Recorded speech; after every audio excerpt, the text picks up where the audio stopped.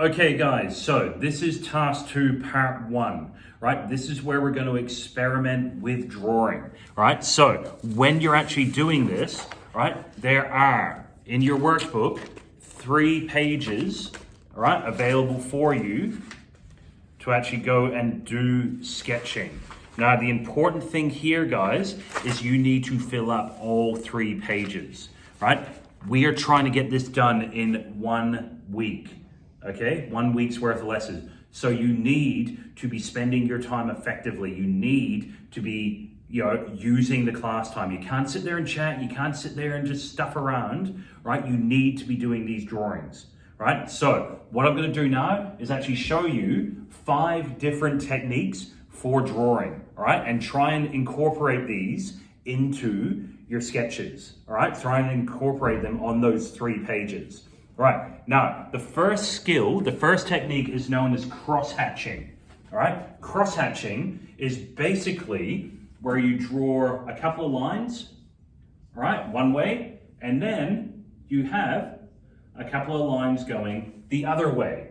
Now, cross-hatching is all about how close those lines get together, right? Those lines are pretty spread out. Right? I could, if I wanted, get them in nice and close, all right? Like this, and then get those in even closer, right?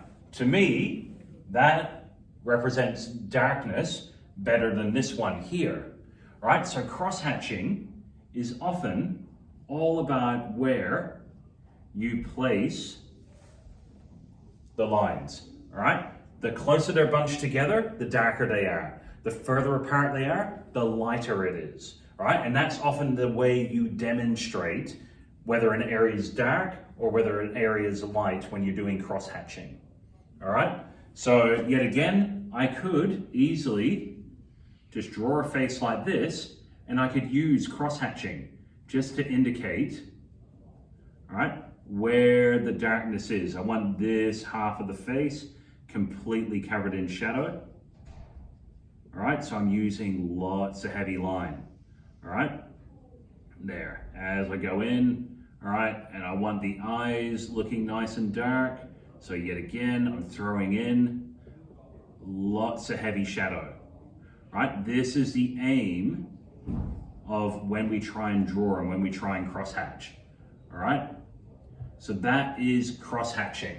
Right, now smudging is our next one. Smudging is where I may just start scribbling something in. I'm scribbling stuff, and then what I do is I use my thumb to spread it in, right? It doesn't really work with ink, unfortunately. All I'm doing is actually just erasing it there, right? But if you're using pencil, all right, and then you try and use your thumb afterwards, yes, your thumb's gonna get dirty, but you're gonna spread that pencil so much better, all right? So that is smudging, right? Accent lines, right? Accent lines are where you're essentially emphasizing something. So something that is closer to the screen or the camera normally has heavier line than something that's further away. So for example, I'm just gonna draw someone's hand, all right? Just here, like that. But then what happens is that's their hand, all right? And then here's the actual face of the person, like screaming because it's a horror film, all right? So that's my thing. Now, the thing is, with an accent line, what we do, because the hand is physically closer than the head, right? I add an extra layer of thickness to the line. All right, and this will help us indicate to the camera person when we're drawing, all right, that the hand is a lot closer than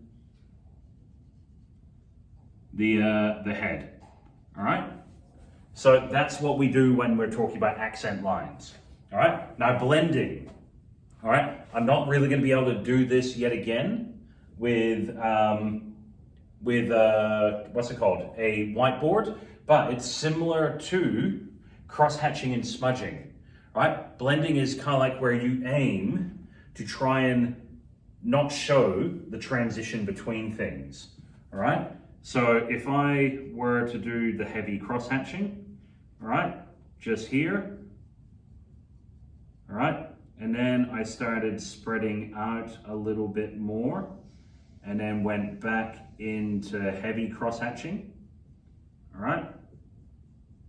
The aim here, all right, is trying to show some sense of blending, all right? So heavy, light, and then heavy again, all right? That's the general rule of how you go about blending, is that there should be, it should flow together, right? Finally, there is erasing, all right? So for me, all right, if I've got, a person here, all right, and I want really darkly sunken in eyes where I can't see them because it's going to be heavily shadowed, all right? So I'm just quickly making a drawing here, all right? So nice heavy shadow, all there, all right? I can use erasing. I can erase by going, well, I still want the whites of the eyes in there, all right?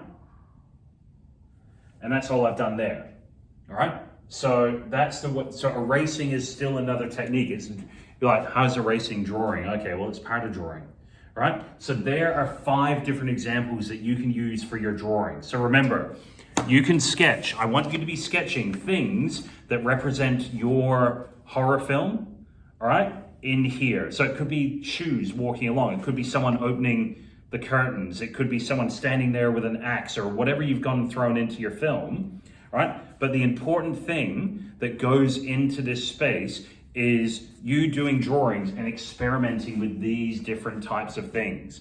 And as you do it, when you do if you do a section here that's all cross-hatching, maybe just make an annotation saying cross-hatching. If you go and do an accent line over this side, once again, draw the picture of the axe really close to the thing and make sure the lines are nice and thick around the axe, but then just indicate it's an accent line, right? Drawing or a technique, all right? This is one of the best ways of capitalizing on task 2, all right? So here we go.